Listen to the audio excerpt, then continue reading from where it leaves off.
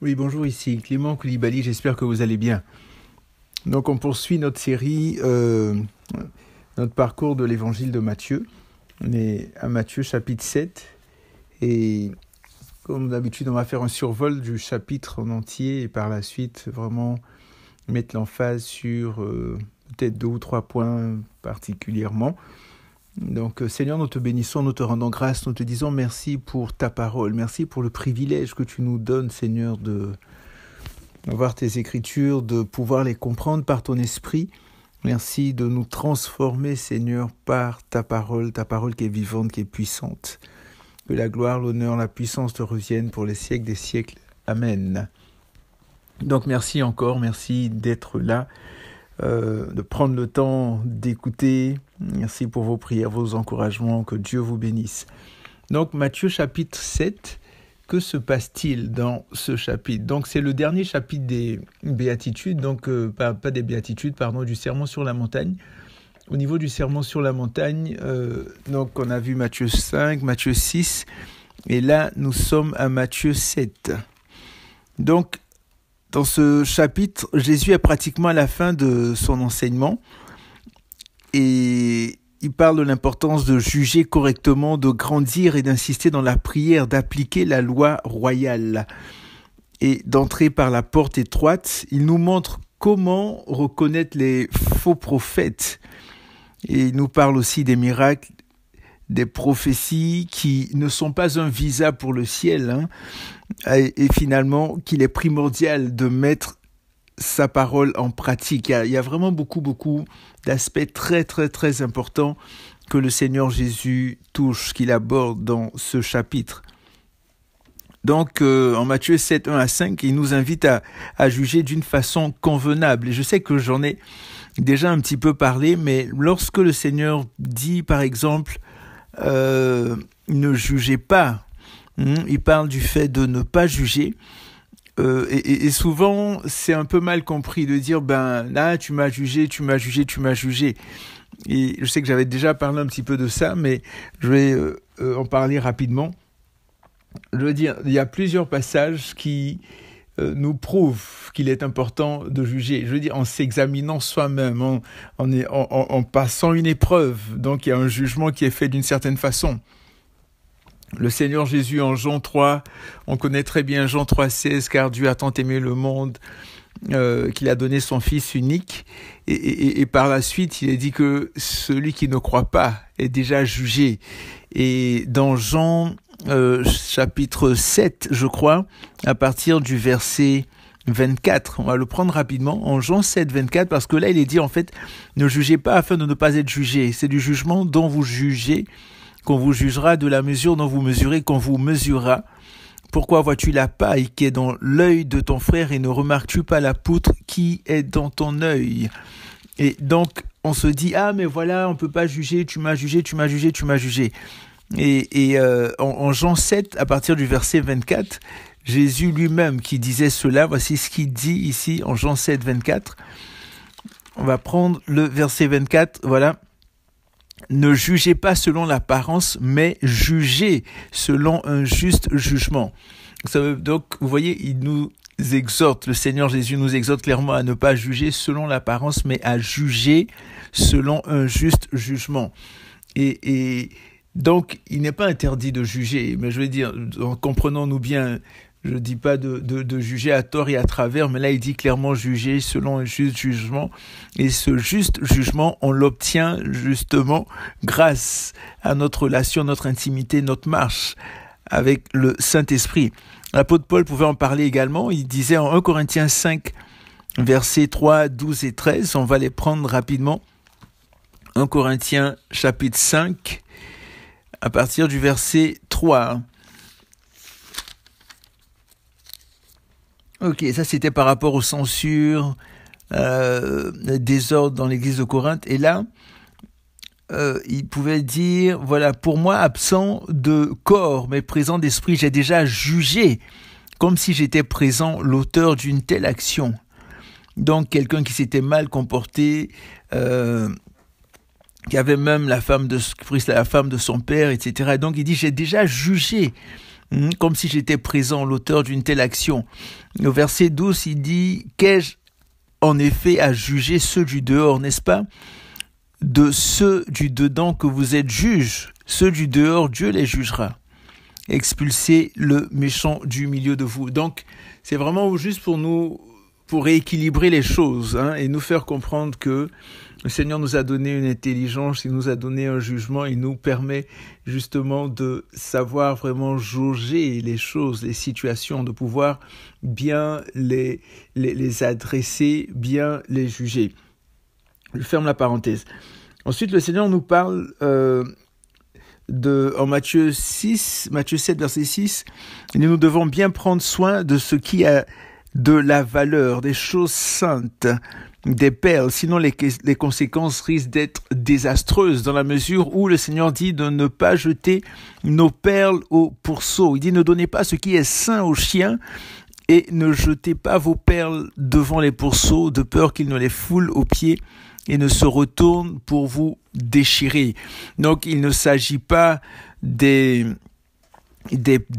pourceaux, des porcs en tant que tels qu'on connaît, les animaux, ou quand on parle de chiens, ne donnez pas ce qui est sain aux chiens, mais c'est une image en fait que le Seigneur Jésus utilise et le fait, et c'est vraiment pour nous inviter à garder, à considérer ce que nous avons vraiment reçu, ce qui est cher, ce qui est saint, à ne pas le vilipender, à ne pas le jeter, à ne pas le mépriser et à faire attention à ne pas le donner à n'importe qui, n'importe quoi. Donc c'est vraiment parce que malheureusement les chiens ou les pourceaux n'ont pas la compréhension ou la capacité de recevoir les choses saintes ou les choses précieuses ou les choses de valeur que nous pouvons leur donner. Donc c'est vraiment important de demander au Saint-Esprit d'avoir ce discernement, d'avoir le discernement de savoir quoi dire et quoi ne pas dire, quoi partager, quoi ne pas partager, à qui le partager, à qui ne pas le partager, et quand le dire, et comment le dire aussi, et pourquoi le dire. Donc c'est vraiment important, je veux dire, c'est pas juste de lancer les choses simplement comme ça ou de les dire, mais parce que ça peut tomber dans une terre aride, vous voyez, dans une terre stérile, où les personnes peuvent même mépriser ou ne pas comprendre, parce que c'est peut-être pas encore le moment, les gens ne sont pas encore prêts à recevoir ce que nous avons reçu de la part du Seigneur. Donc c'est vraiment important d'avoir cette sagesse, d'avoir cette maturité. Et Père, je prie dans le nom puissant de Jésus que tu nous revêtes de ce discernement-là, de cette sagesse, de cette intelligence, ton esprit de sagesse, ton esprit de conseil, Seigneur, que nous puissions nous recevoir pour pouvoir parler quand il le faut et nous taire quand il le faut. Oui, Seigneur, que tu puisses nous permettre de savoir quoi dire, quand le dire, comment le dire et à qui le dire aussi, Père, au nom de Jésus. Amen. Donc, il y a cet aspect-là. Par la suite, on voit... Et on va insister dessus sur ce point-là. Donc Matthieu 7, du verset 7 au verset 11, on va revenir dessus un peu plus en profondeur tout à l'heure, mais en fait on voit qu'il est nécessaire de grandir dans la prière et de s'attendre à de bonnes choses de la part de Dieu. Et on va en parler un peu plus en détail tout à l'heure. Ensuite, il est important d'appliquer la loi royale. C'est quoi la loi royale ?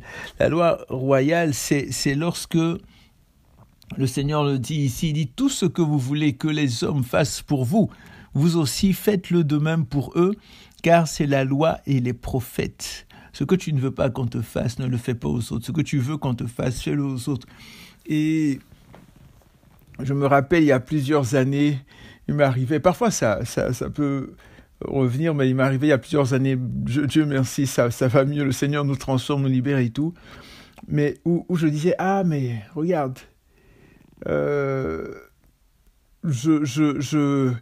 j'ai pas de nouvelles de telle personne, où il n'y a pas ci, où il n'y a pas ça, mais si tu n'as pas de nouvelles de la personne, appelle la personne, si elle ne te donne pas de nouvelles, mais on est toujours dans une attente, Et il faut éviter vraiment d'être dans cette attente. Ah, on m'appelle pas. Ah, on me fait pas ci, on me fait pas ça. Non, on n'est pas le centre du monde, premièrement. Hein, et les gens ne nous doivent absolument rien. Et si on veut justement construire une relation avec des frères et sœurs et tout, c'est quelque part aussi, c'est à nous de faire le premier pas, ou même s'ils ne le font pas, ou même s'ils ne réagissent pas, mais c'est vraiment par le Saint-Esprit de prendre notre orgueil et de le mettre de côté. Ah, mais c'est toujours moi qui appelle, c'est toujours moi qui fais ci, c'est toujours moi qui fais ça. Moi, moi. Et vous vous rappelez, un petit peu dans Romains 7, lorsque Paul parlait de la loi de l'esprit et la loi des choses de la chair et tout, et à quel point il disait moi. On va le prendre rapidement. Romains chapitre 7. Et on a vraiment besoin que ce moi-là soit crucifié une bonne fois pour toutes. Donc en Romains 7, regardez, l'apôtre Paul disait, en parlant de la loi qui ne libère pas du péché, il dit oui, nous savons, verset 14, Romains 7, verset 14, il dit nous savons en effet que la loi est spirituelle, mais moi je suis charnel, vendu au péché, car ce que j'accomplis, je ne le comprends pas. Ce que je veux, je ne le pratique pas, mais ce que je hais, voici ce que je fais. Si ce que je ne veux pas, je le fais, je déclare d'accord avec la loi qu'elle est bonne. Maintenant, ce n'est plus moi qui accomplis cela, mais le péché qui habite en moi. Car je le sais, ce qui est bon n'habite pas en moi, c'est-à-dire dans ma chair, donc ma chair, car je suis à même de vouloir, mais non pas d'accomplir le bien. Je, encore une fois, ne fais pas le bien que je veux, mais je pratique le mal que je ne veux pas. Si je fais ce que je ne veux pas, ce n'est plus moi qui l'accomplis, mais le péché qui habite en moi. Je trouve donc cette loi pour moi qui veut faire le bien. Le mal est présent à côté de moi, car je prends plaisir à la loi de Dieu dans mon fort intérieur, mais je vois dans mes membres une autre loi qui lutte contre la loi de mon intelligence et qui me rend captif de la loi du péché qui est dans mes membres. Malheureux que je suis, qui me délivrera de ce corps de mort? Grâce soit rendue à Dieu par Jésus-Christ notre Seigneur. Ainsi donc, par mon intelligence, je suis esclave de la loi de Dieu, tandis que par ma chair, je suis esclave de la loi du péché. Donc en fait, il parlait de cet état-là de péché. Et par la suite, au chapitre 8, c'est vraiment totalement un autre langage. Le Romains chapitre 8, où il dit, il n'y a donc maintenant aucune condamnation pour ceux qui sont en Christ Jésus, qui marchent non selon la chair, mais selon l'esprit. Comme j'aime dire, cette chair qui ne vaut pas cher. Nous avons besoin véritablement de marcher par l'esprit et non selon la chair. Saint-Esprit, aide-nous à marcher par l'esprit. Donc vous voyez, donc on a parlé de la loi royale, donc le fait de ne pas faire aux autres ce qu'on ne veut pas qu'on nous fasse, ou de leur faire du bien, ce qu'on désire, et même si on n'a rien en retour, c'est dans les mains du Seigneur. Que le Seigneur regarde, je fais le bien, ou bien je fais ci, je fais ça, et d'avancer. Et on est tellement plus libre en fonctionnant comme ça. C'est pas toujours évident, mais c'est important de ne pas rester dans les attentes. Ah, j'ai fait ceci, elle m'a pas appelé, c'est toujours moi qui appelle, c'est toujours moi qui invite, c'est toujours moi qui donne, c'est toujours moi qui paye, c'est toujours moi. Non. C'est ça en fait. Je ferme la parenthèse. Donc, nous devons tout faire pour entrer ensuite par la porte étroite. Donc, le Seigneur nous parle de la porte étroite, car large et spacieux, la porte qui mène en enfer. Ensuite, Jésus explique comment reconnaître les faux prophètes afin de les éviter. Matthieu 7, 15 à 20, il dit « Gardez-vous des faux prophètes. Ils viennent à vous comme des brebis, mais au-dedans, ce sont des loups ravisseurs. » Donc, ils se déguisent en fait. Il dit, vous les reconnaîtrez à leurs fruits. Cueille-t-on des raisins sur des épines ou des figues sur des chardons. Tout bon arbre porte de bons fruits, mais le mauvais arbre produit de mauvais fruits. Un bon arbre ne peut porter de mauvais fruits, ni un mauvais arbre porter de bons fruits. Tout arbre qui ne produit pas de bons fruits est coupé et jeté au feu. C'est donc à leurs fruits que vous les reconnaîtrez. Et ça me fait penser, je veux dire, souvent on dit, on regarde juste les miracles, on regarde les signes, les prodiges et tout, l'homme de Dieu, le grand prophète, etc., etc. Oui, c'est bien, c'est super, mais c'est fruits. Et je dis, ça me fait penser à cet homme de Dieu-là qui remplissait les stades, qui faisait toutes sortes de croisades, mais il arrive chez lui, il est énervé, il crie sur sa femme, sur ses enfants et tout. Donc oui, il y a les dons, mais il y a le caractère aussi. On a besoin, oui, de manifester les dons, d'aspirer aux dons spirituels, c'est hyper important. Mais on a besoin aussi de grandir dans notre caractère, d'avoir le caractère de Christ, qui est l'amour, la joie, la paix, la patience, la bonté, la bienveillance, la fidélité, la douceur, la maîtrise de soi. On a vraiment besoin de ressembler encore plus à Christ, oui, et même si on n'a pas les dons, mais je veux dire le caractère, ou ce qu'on a peut changer la vie de quelqu'un, notre attitude, notre manière de voir les choses, de penser aux choses, de les vivre, de les aborder, les situations de la vie. Et on a besoin vraiment que notre caractère soit façonné à l'image de Christ. Je ne dis pas que les dons ne sont pas importants. Non, au contraire. Ils sont importants, ils sont essentiels. Je ne suis pas cessationniste. Il ne faut pas rien croire à ces choses-là. Je veux dire, Christ, Dieu est le même hier, aujourd'hui, éternellement. Ce qu'il a fait hier, il le fait encore aujourd'hui. Il y a plein de choses qui se passent partout dans le monde, des signes, des prodiges, des miracles. Et il faut vraiment vouloir être aveugle pour ne pas voir, en fait. Donc, mais ce que je dis, c'est que ce qu'il est important aussi, d'avoir un bon comportement, un caractère qui plaît à Dieu. Voilà. Donc, reconnaître les faux prophètes par leurs fruits. Oui, il y a tous ces signes, ces prodiges, mais c'est quoi leurs fruits? C'est quoi? Comment est-ce qu'ils se comportent? Est-ce qu'il c'est le prophète ou le pasteur ou l'homme de Dieu, le serviteur, l'évangéliste intergalactique? Ou quand on le voit, on voit quelqu'un qui nous attire à Christ. Est-ce qu'on voit quelqu'un qui vraiment fait en sorte qu'on a envie de nous approcher de lui, on a envie de lui ressembler, comme Paul pouvait dire, soyez mes imitateurs. Est-ce que cette personne-là peut dire cela, ou est-ce qu'on a, même si elle le dit, est-ce qu'on a vraiment envie de l'imiter, ou c'est quelqu'un qui est crâneur, et puis je vais dire qui est vantard, qui ne fait que parler de ses voyages, de je, me, moi, etc., de ses réalisations, de toutes sortes de choses.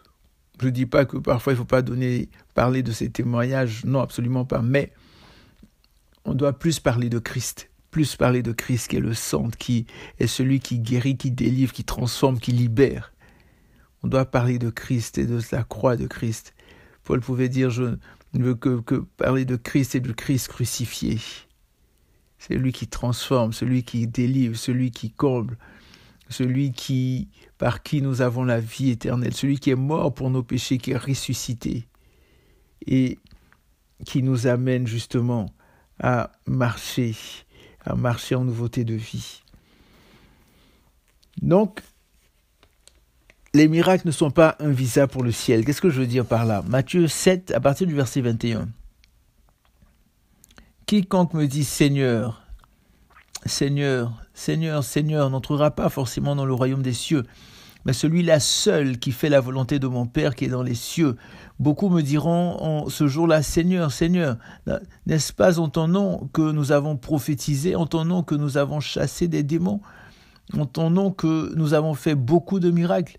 Alors je leur déclarerai, je ne vous ai jamais connu, retirez-vous de moi, vous qui commettez l'iniquité. Vous voyez ?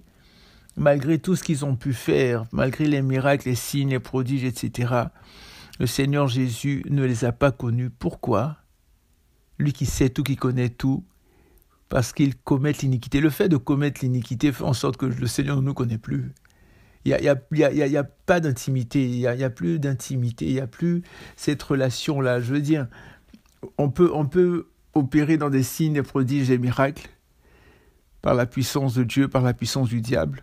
On peut avoir bien commencé avec le Seigneur et puis par la suite, ne même pas se rendre compte que le Saint-Esprit n'est plus là et continuer à exercer, continuer à avoir certains charismes et tout, parce que le Seigneur ne se repent pas de ses dons. Mais à un moment, ça se coupe. Donc, c'est vraiment important de respecter le Seigneur dans tout ça. Par la suite, le Seigneur, en utilisant l'image de la maison, le Seigneur Jésus nous montre, il nous parle de l'importance en fait de mettre en parole, de mettre la parole en pratique, Donc l'image de la maison, le sage sur le sable a bâti, le fou sur le sable a bâti sa maison, le sage sur le roc qui a bâti sa maison. Et sur quoi est-ce qu'on bâtit notre maison ? Et ce roc-là qui est la parole de Dieu, ce roc qui est Christ, c'est important de fonder. On dit, quiconque entend de moi ces paroles et les met en pratique est semblable à un homme prudent qui a bâti sa maison sur le roc. Donc lorsque tu ne mets pas la parole de Dieu en pratique, tu es en train de bâtir ta maison sur le sable. Mais lorsque tu la mets en pratique, tu entends la parole et tu la mets en pratique. Et Seigneur, je prie que nous ne soyons pas là à entendre être des auditeurs oublieux, on entend 10 000 messages aujourd'hui et puis on ne sait plus quoi faire, on est là. Il y a même une certaine obésité, même je dirais une obésité spirituelle. Et puis, or c'est important, ne serait-ce que d'entendre qu'un seul message, ou bien de prendre un seul, de faire une rétrospective. Où est-ce que j'en suis dans tout ce que j'ai entendu, dans tout ce que j'ai vécu, dans tout ce que j'ai vu. J'entends, je participe à tous les Zooms qu'il peut y avoir, différents messages, je peux regarder toutes les vidéos sur YouTube, je peux écouter tous les podcasts, tous les messages des grands hommes de Dieu, patati patata, mais concrètement, est-ce que je change ? Est-ce que tu changes, mon frère, ma soeur, avec tout ce que tu entends, tous les messages que tu entends, est-ce que il y a une transformation véritable ? S'il n'y en a pas, c'est que on est en train de bâtir notre maison sur le sable, ça veut dire qu'on est des fous, des insensés. Mais il dit, par contre, si on met en pratique, ne serait-ce qu'une seule chose, on est en train de bâtir notre maison sur le roc, sur Christ, qui est le roc véritable. Alléluia. Et finalement, les foules sont épatées par l'enseignement de Jésus, parce qu'il y a de la vie dans ses paroles, il y a l'autorité, il y a de la vie. Il est dit au verset 28, quand Jésus eut achevé ses discours, les foules restèrent frappées de son enseignement, car il les enseignait comme quelqu'un qui a de l'autorité et non pas comme leur scribe. Et cette autorité-là, justement, nous vient du Saint-Esprit, en passant du temps dans sa présence, en passant du temps vraiment à ses pieds, en développant cette relation, cette intimité avec le Saint-Esprit. La vie coule dans ce qu'on dit, dans ce qu'on fait, dans notre être. Et Seigneur, je prie que ta vie coule en nous véritablement, que ta vie coule en nous, que nous ne soyons pas des arbres stériles, et tu vas venir, tu vas enlever les branches et tout. Non, absolument pas, mes Père, je prie, oui, que nous soyons vraiment ces branches qui sont attachées au cep, au nom de Jésus. Oui, tu es le cep, nous sommes les sarments, tu es l'arbre, nous sommes les branches, que ta sève, que ton esprit coule véritablement en nous, oui, afin, Seigneur, de porter du fruit. Ce fruit qui va te glorifier, ce fruit qui va amener les hommes à toi, Seigneur, ce fruit qui va justement permettre aussi de nourrir tes enfants, de nourrir les personnes dans le besoin. Ce fruit, lui, qui va sortir de nos vies pour apporter la vie, ta vie qui est en nous, dans le nom de Jésus. Amen. Donc, j'aimerais insister, donc là, c'était un petit peu la rétrospective, la vision globale de Matthieu chapitre 7, mais j'aimerais insister sur le verset 7, Matthieu 7, à partir du verset 7, je crois, c'est ça, du verset 7 au verset 11. du verset 7 au verset 11. Et nous allons voir que Jésus, ici, est le Dieu, en fait, de qualité, le Dieu qui donne de bonnes choses, qui donne des choses de qualité supérieure. Pourquoi est-ce que je dis ça? Matthieu chapitre 7, demandez et l'on vous donnera, cherchez et vous trouverez, frappez et l'on vous ouvrira. Car quiconque demande reçoit, celui qui cherche trouve, et l'on ouvrira à celui qui frappe. Quel homme parmi vous donnera une pierre à son fils, s'il lui demande du pain? Ou s'il demande un poisson, lui donnera-t-il un serpent? Si donc, vous qui êtes mauvais, vous savez donner de bonnes choses à vos enfants, à combien plus forte raison votre Père qui est dans les cieux en donnera-t-il de bonnes à ceux qui les lui demandent? Demandez et l'on vous donnera, cherchez et vous trouverez, frappez et l'on vous ouvrira. Et l'image que le Seigneur me donnait quand je méditais dessus, c'est que, prenons un exemple simple, je veux me déplacer, aller dans une autre ville ou rencontrer quelqu'un, mais je ne connais pas le chemin. Donc je demande le chemin, on me dit où, on m'indique le chemin, et là maintenant je cherche. Donc le fait de chercher, c'est que je fais l'effort de prendre un moyen de transport. Je prends un véhicule, je prends une voiture, je prends l'autobus, je prends le train pour me rendre à cet endroit-là. Donc je me rends à cet endroit et j'arrive devant la porte de cette connaissance ou de cet ami que je n'ai pas vu depuis longtemps. Donc j'ai demandé.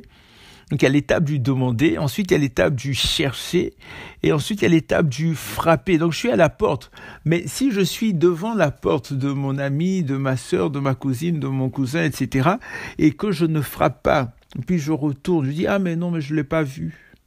Non, j'étais devant lui, j'ai fait 200, 300 kilomètres, et puis je ne l'ai pas vu. Mais tu n'as pas frappé, tu es devant sa porte, frappe. Et le Seigneur justement veut nous amener à sortir de cette mentalité de médiocrité ou de paresse, une certaine paresse spirituelle. Il dit non, il dit demande. Ensuite, quand tu demandes, attends-toi.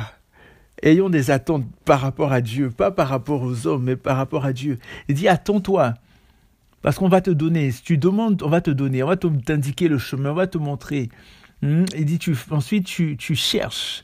Tu cherches, donc tu as une autre étape. C'est pas juste de demander, mais tu passes à l'action.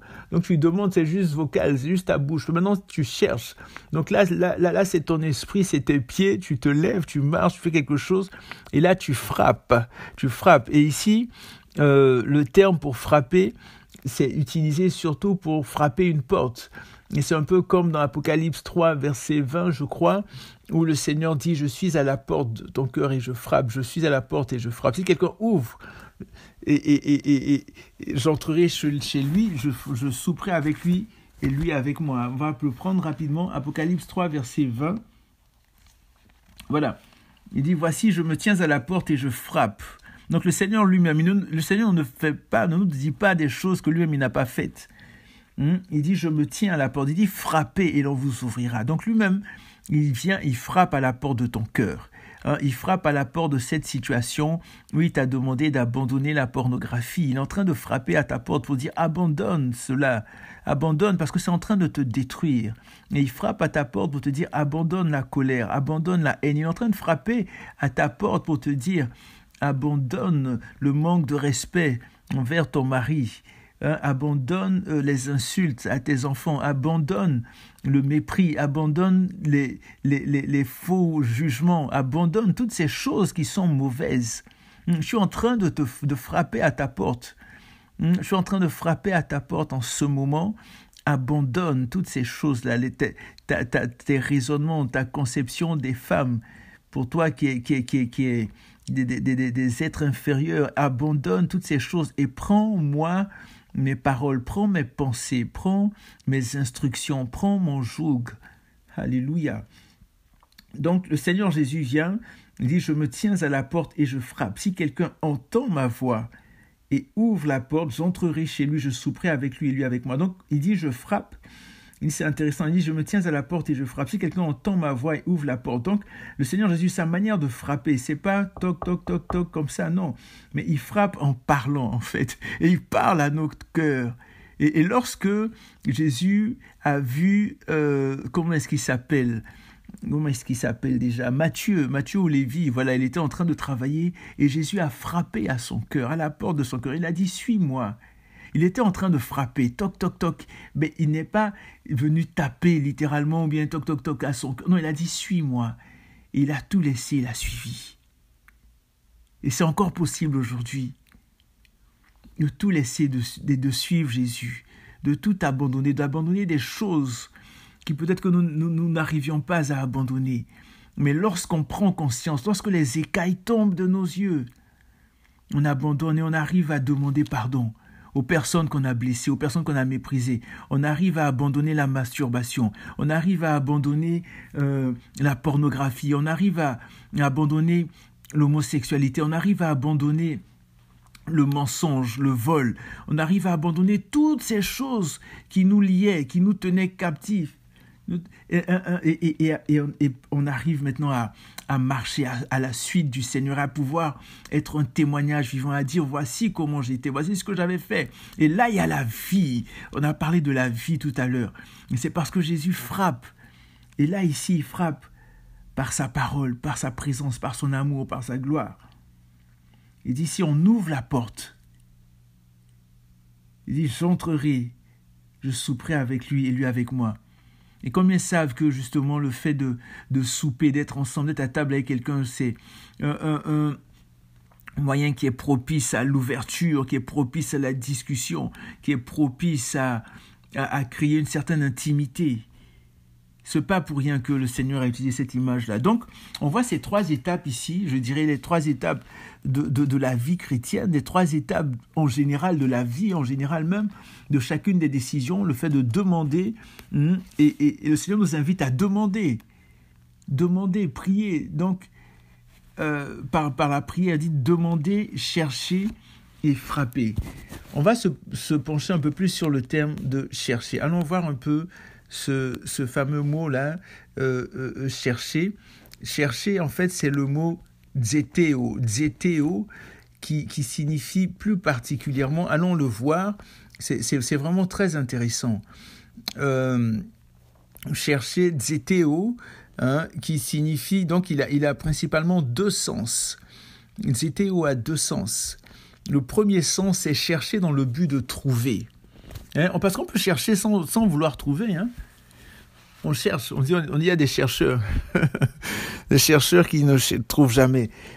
On peut chercher, juste pour chercher, voilà, chercher dans le but de trouver.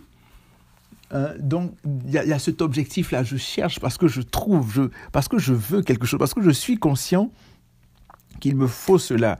Donc, je suis conscient qu'il me faut ce diplôme, qu'il me faut cette connaissance. Donc, je cherche et je suis prêt à faire des nuits blanches. Je suis prêt à étudier. Je suis prêt parce que je suis conscient que j'ai besoin d'un revêtement supérieur ou supplémentaire de la part de Dieu. Donc, je suis prêt à chercher encore plus de sa présence, encore plus d'intimité avec lui. Donc, ça vient justement avec, j'avais écrit la dernière fois dans mon blog, pas un sacrifice, mais un privilège en fait. Parce que le fait de prier, de prendre du temps avec le Seigneur, c'est véritablement un privilège.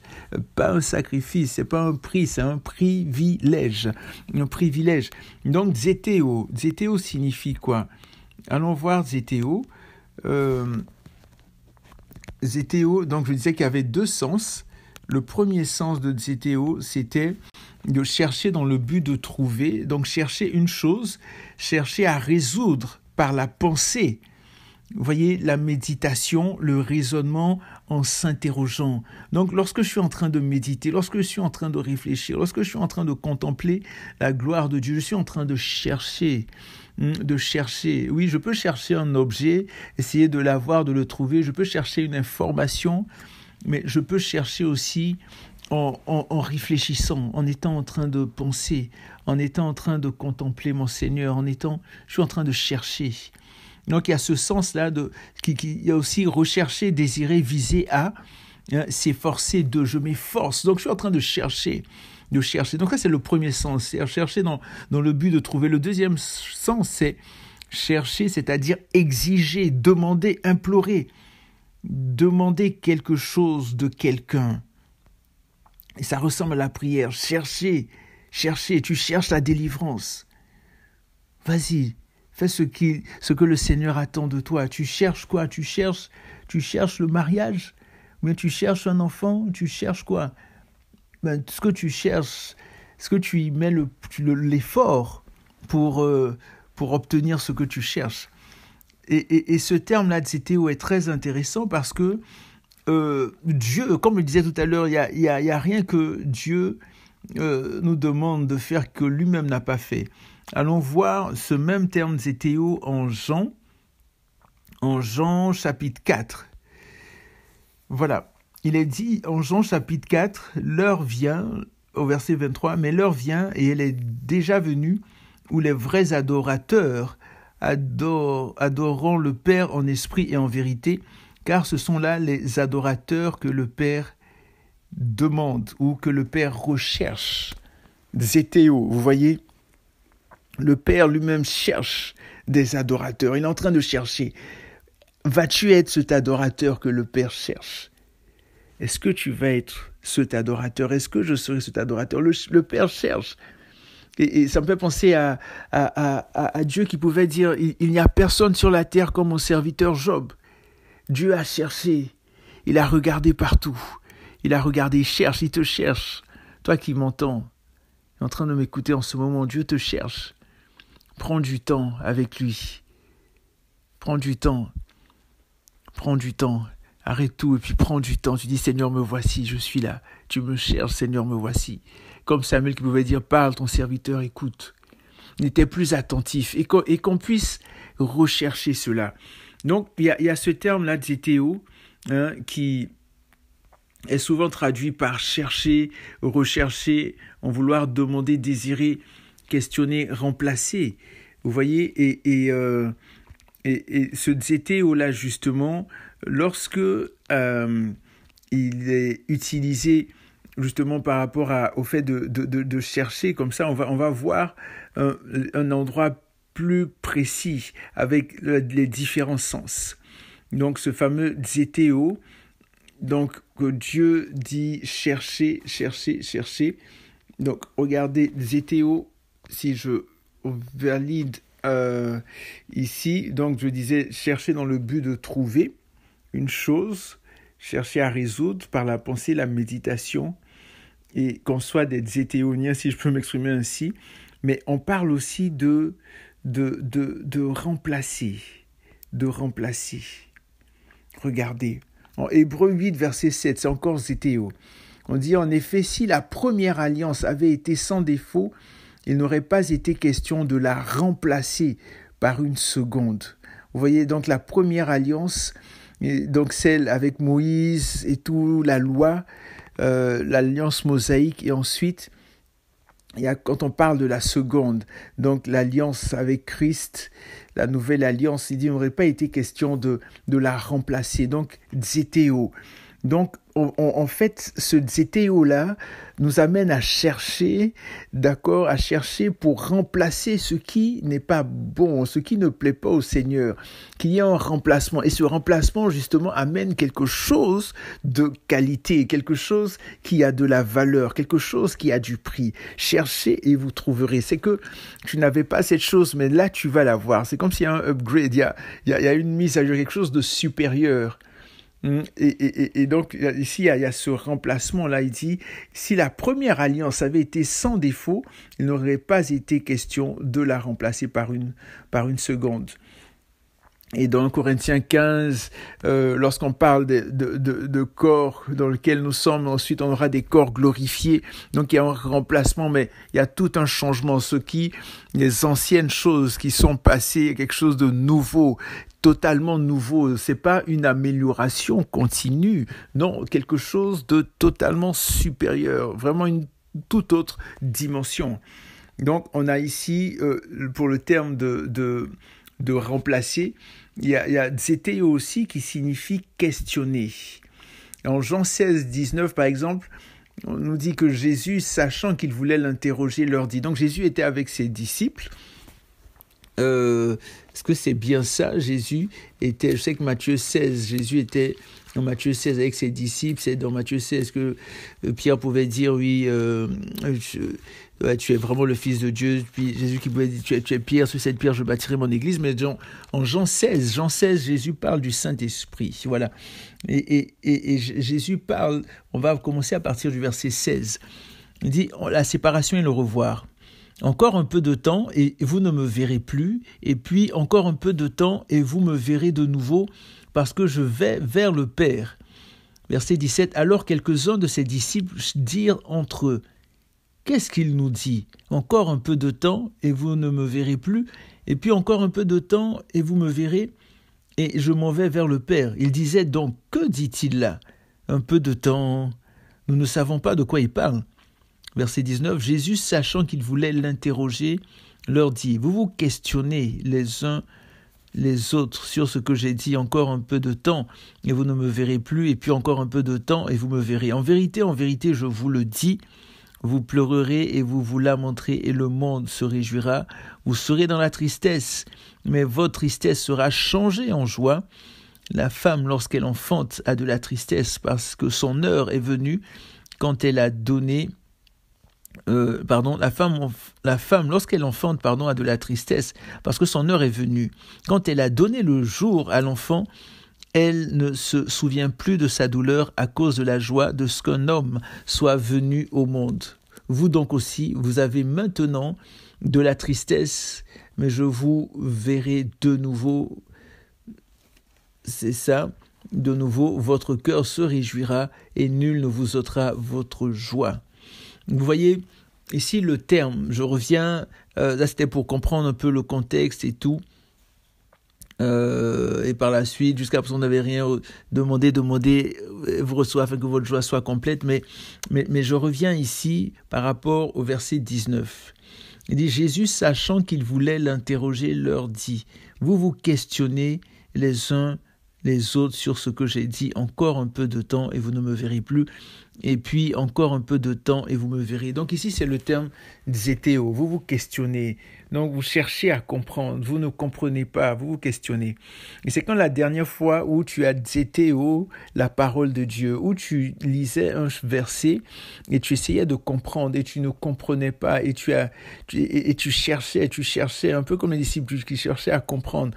On nous parle des Béréens qui cherchaient à comprendre les Écritures. Est-ce que nous lisons simplement la parole et puis on la lit parce qu'il faut la lire et puis on la lit tout simplement, ou est-ce qu'on s'arrête?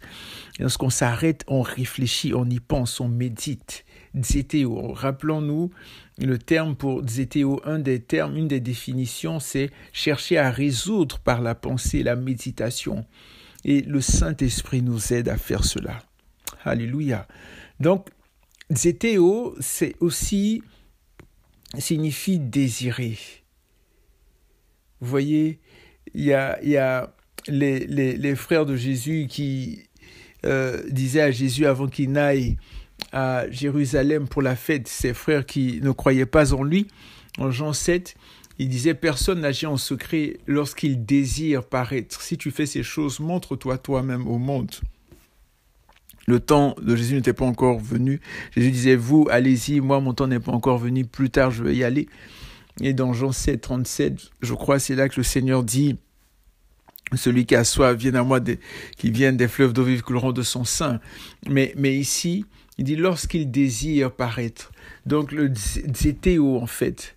Donc, le désir, il y a un désir derrière. Lorsque tu cherches quelque chose, le Père qui cherche des adorateurs, lorsque tu cherches, il y a ce désir-là, il y a un désir qui est là, qui monte dans ton cœur, un désir, et que ce désir soit pour plaire à notre Père, pour plaire à notre Dieu. Donc c'est vraiment intéressant, et on voit là vraiment la richesse d'un seul terme, on voit vraiment toutes les facettes de ce mot-là. Donc si on revient à Matthieu chapitre 7, donc voici ce que, donc là c'est la signification de zétéo. On voit que Jésus donne de bonnes choses. Donc il dit, de chercher, donc demander. C'est Théo pour chercher, Dieu lui-même qui cherche, et vous trouverez. Frappez et l'on vous ouvrira.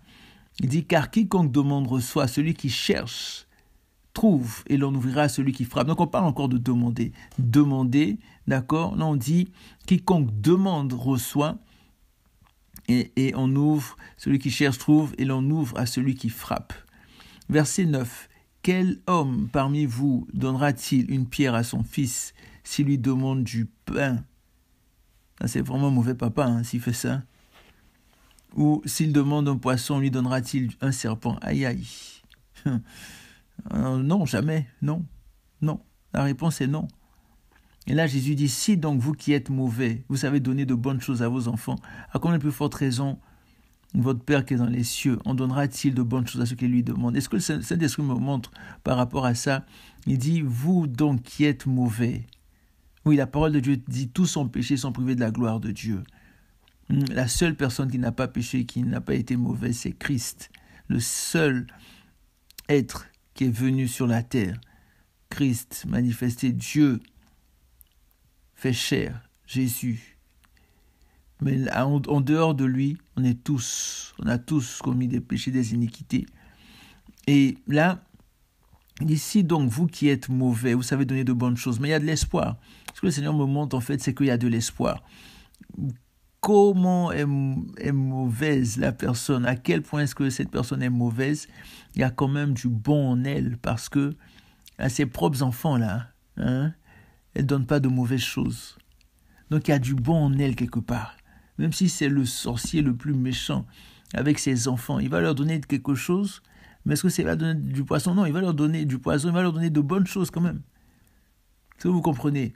Donc ça veut dire qu'il y a toujours de l'espoir, Il faut qu'on persévère dans la prière, même si on prie pour des gens qui sont durs, des gens qui ne veulent rien savoir, des gens qui vraiment sont fermés. Ne nous décourageons pas, continuons, parce qu'il y a quelque chose en cette personne qui est bonne. Même si c'est le plus grand des sorciers, même si c'est le plus grand des satanistes, il donne de bonnes choses, à ses propres enfants. Est-ce que vous comprenez? Donc, c'est vraiment important de persévérer. Et on voit ici que le Seigneur fait cette comparaison. Il dit, si donc vous qui êtes mauvais, vous savez donner de bonnes choses à vos enfants, à combien plus forte raison votre Père qui est dans les cieux donnera-t-il de bonnes choses à ceux qui les lui demandent? Dans Luc 11, à partir du verset 13, Luc est un peu plus explicite. Quand il dit « Le Père donnera de bonnes choses à ceux qui lui demandent ». Dans Luc 11, verset 13, ces bonnes choses-là, c'est quoi principalement? Luc nous parle précisément. On va prendre le verset. Voilà, il dit au verset 13, Luc 11, verset 13, « Si donc vous qui êtes mauvais, vous savez donner de bonnes choses à vos enfants, à combien plus forte raison le Père Céleste donnera-t-il l'Esprit Saint ou le Saint-Esprit à ceux qui le lui demandent ?» Alléluia. Le Saint-Esprit, les bonnes choses, ceux qui les lui demandent. Le Saint-Esprit, on a besoin tous les jours, à tout moment, prier sans cesse, à tout moment, à tout instant, parce qu'à n'importe quel moment, on peut s'éloigner, sortir de la présence de Dieu. Regardez, Matthieu 16,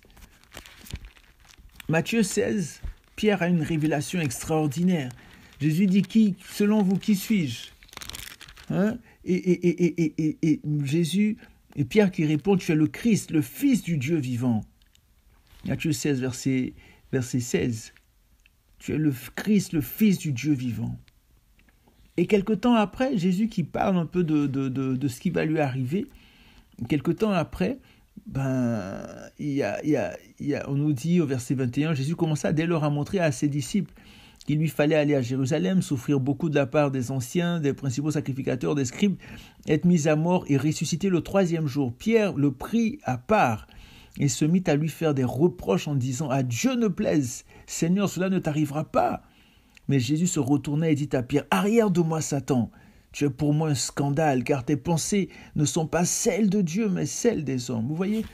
Donc, à un instant précis, instant T, Pierre était rempli du Saint-Esprit. Il a eu cette révélation, mais à un autre instant, quelques minutes, je ne sais pas moi, quelques minutes après, il était rempli, il a dit des sornettes, il a dit la pensée de Satan. Est-ce que vous comprenez? Donc, on a besoin vraiment, on a parlé de Zétéo, on a besoin vraiment d'être dans la présence constante du Seigneur, totalement. Et d'ici, vous savez donner de bonnes choses. À quoi on peut faire raison? Le Saint-Esprit. Et on se dit, ah mais non, mais j'ai eu le Saint-Esprit, oui, quand j'ai été baptisé, ou bien j'ai eu le Saint-Esprit. Non. Tu as besoin de plus du Saint-Esprit. Tu as besoin, nous avons besoin, j'ai besoin. Saint-Esprit, nous avons besoin de toi. Dieu donne de bonnes choses à ses enfants. Je vais terminer avec ça dans Jacques, Dieu donne des choses de qualité. Jacques 1, verset 17, il est dit, toute grâce excellente et tout don parfait descendent d'en haut du Père des Lumières. Là, c'est les bonnes choses. Vous voyez, toute grâce excellente, tout don parfait descendent d'en haut du Père des Lumières, chez lequel il n'y a ni changement ni ombre de variation.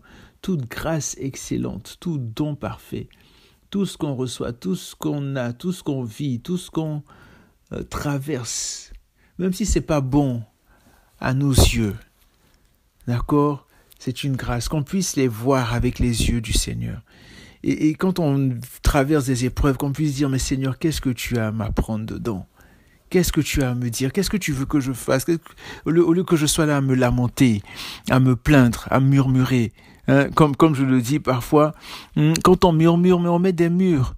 Tu murmures, tu mets un mur devant toi, tu mets un mur derrière toi, tu murmures, plus tu mets des murs, tu te bloques. Tu vas mettre un mur à gauche, un mur à droite, un mur en haut, un mur en bas, un mur partout, et tu ne vas plus entendre la voix de Dieu, tu ne vas plus être dans la réalité, tu vas t'éloigner du plan du Seigneur, tu vas faire comme le peuple en Égypte et tout. Non. De dire, Saint-Esprit, aide-moi à comprendre, aide-moi à saisir, aide-moi à marcher selon ton plan, selon ta volonté. Et il y a ce dernier passage dans le psaume 84, verset 11, que j'aimerais partager avec vous. Il dit, car l'Éternel, Dieu est un soleil et un bouclier. Alléluia. L'Éternel donne la grâce et la gloire. L'Éternel donne la grâce et la gloire. L'Éternel donne la grâce et la gloire. Il ne refuse aucun bien à ceux qui marchent dans l'intégrité. Vous voyez, à ceux qui marchent. Donc on reste pas là les bras croisés, on demande, ou bien c'est je veux un emploi. Je veux un emploi et puis je suis là, je prie, Seigneur, donne-moi un emploi. Alléluia, donne-moi un emploi, Seigneur. Puis je suis là, je me lève pas. Hein, vous voyez, non? Donc les étapes en fait.